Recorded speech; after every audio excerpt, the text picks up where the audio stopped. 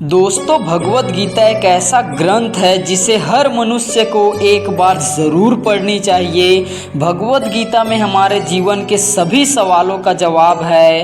भगवत गीता एक ऐसा ग्रंथ है जिससे हम बहुत से लाइफ लेसन सीख सकते हैं। हेलो दोस्तों, आज की इस वीडियो में मैं आपको भगवत गीता की ऐसी 5 श्लोक और उनके अर्थ बताने वाला हूँ जो आपकी ज़िंदगी बदल देगा और आपके दुनिया को देखने का नज़रिया ही बदल देगा। तो दोस्तों, अगर आप मेरे चैनल पर पहली बार आए हैं तो चैनल को सब्सक्राइब और वीडियो पसंद आए तो लाइक ज़रूर कर देना, क्योंकि ऐसे ही वीडियोस आपको इस चैनल पर मिलती रहती हैं। चलिए दोस्तों, आज की इस वीडियो में आगे बढ़ते हैं। दोस्तों, आज का हमारा जो पहला श्लोक है वो है न त्वेवाहं जातुनासं न त्वं नेमे जनाधिपः न चैव न भविष्याम सर्वे वयमतः परम।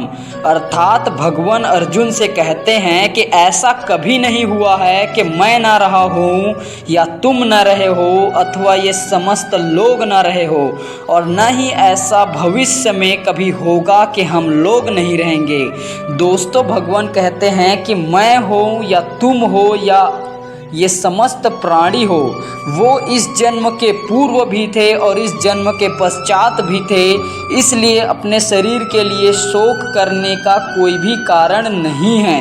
दोस्तों, हमारा दूसरा जो श्लोक है वो है देहिनो अस्मिन्यथा देहे कौमारम यौवनम जरा तथा देहांतर प्राप्तिर्धीर स्तत्र न मुह्यति। अर्थात जिस प्रकार शरीरधारी आत्मा इस वर्तमान शरीर में बाल्यावस्था से तरुणावस्था में और फिर वृद्धावस्था में निरंतर अग्रसर होता रहता है, उसी प्रकार मृत्यु होने पर आत्मा एक शरीर से दूसरे शरीर में चला जाता है। दोस्तों, भगवान कहते हैं कि जिस प्रकार मनुष्य अपने एक वस्त्रों को त्याग कर दूसरा नए वस्त्र धारण कर लेता है, ठीक उसी प्रकार हमारा एक शरीर वृद्धावस्था तक पहुंच जाने पर हमारा आत्मा एक शरीर को त्याग कर दूसरे शरीर में चला जाता है। इसलिए हमें अपने शरीर के लिए शोक करने का कोई भी कारण नहीं है।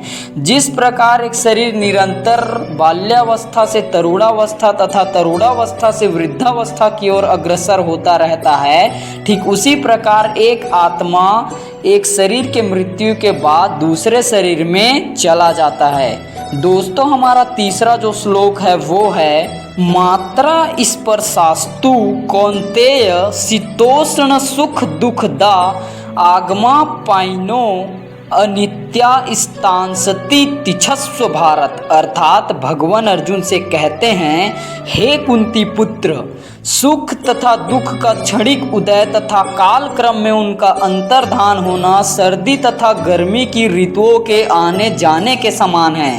अर्थात भगवान कहते हैं कि जिस प्रकार पूरे साल भर में गर्मी और सर्दी की ऋतु बार बार आती है, ना साल भर सर्दी रहती है ना साल भर गर्मी रहती है, ठीक उसी प्रकार मनुष्य के जीवन में पूरे साल भर या पूरे जीवन भर ना तो सुख रहेगा ना ही दुख रहेगा। जिस प्रकार एक साल में कभी सुख तो कभी दुख आएगा, ठीक उसी प्रकार जिस प्रकार एक वर्ष में सर्दी तथा गर्मी आती है, इसलिए सुख तथा दुख में मनुष्य को समान रहना चाहिए और इससे अपने राह से नहीं भटकना चाहिए। दोस्तों, हमारा चौथा जो श्लोक है वो है जातस्य ही ध्रुवो मृत्यु ध्रुवम जन्म मृतस्य च तस्माद् अपरिहार्ये अर्थे न त्वं सोचितुम अर्हसि। अर्थात भगवान कहते हैं, जिसने जन्म लिया है उसकी मृत्यु निश्चित है और मृत्यु के पश्चात पुनर्जन्म भी निश्चित है। दोस्तों, भगवान कहते हैं कि अगर हमारा जन्म हुआ है तो हमारी मृत्यु भी निश्चित है, और अगर हमारी मृत्यु हो गई तो हमारा पुनर्जन्म होना भी निश्चित है। इसलिए शोक करने का कोई भी कारण नहीं है।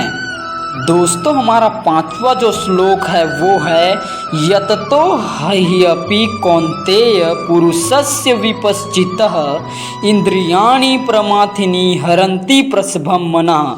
अतः भगवान अर्जुन से करते हैं अतः अर्थात हे अर्जुन, इंद्रियां इतनी प्रबल तथा वेगवान हैं कि वे उस विवेकी पुरुष के मन को भी बलपूर्वक हर लेती है जो उन्हें वश में करने का प्रयत्न करता है। दोस्तों हमने अपनी ज़िंदगी में मन को कई बार कंट्रोल करने की कोशिश की, इंद्रियों को संयमित करने की कोशिश की, पर हम उसमें विफल रहे क्योंकि इंद्रियां हमारे मन को भी बलपूर्वक हर लेती है।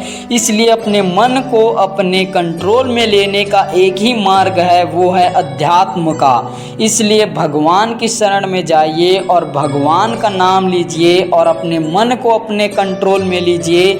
दोस्तों आप मेडिटेशन ज़रूर कीजिए, आप देख पाएंगे कि आपके विचारों पर आपका कंट्रोल ज़रूर आ जाएगा। दोस्तों ये थे वो 5 ऐसे श्लोक जिन्हें अगर आप अपने लाइफ में अपनाते हैं और अगर आप इन्हें जानते हैं तो आपका नज़रिया ही बदल जाएगा इस दुनिया को देखने का।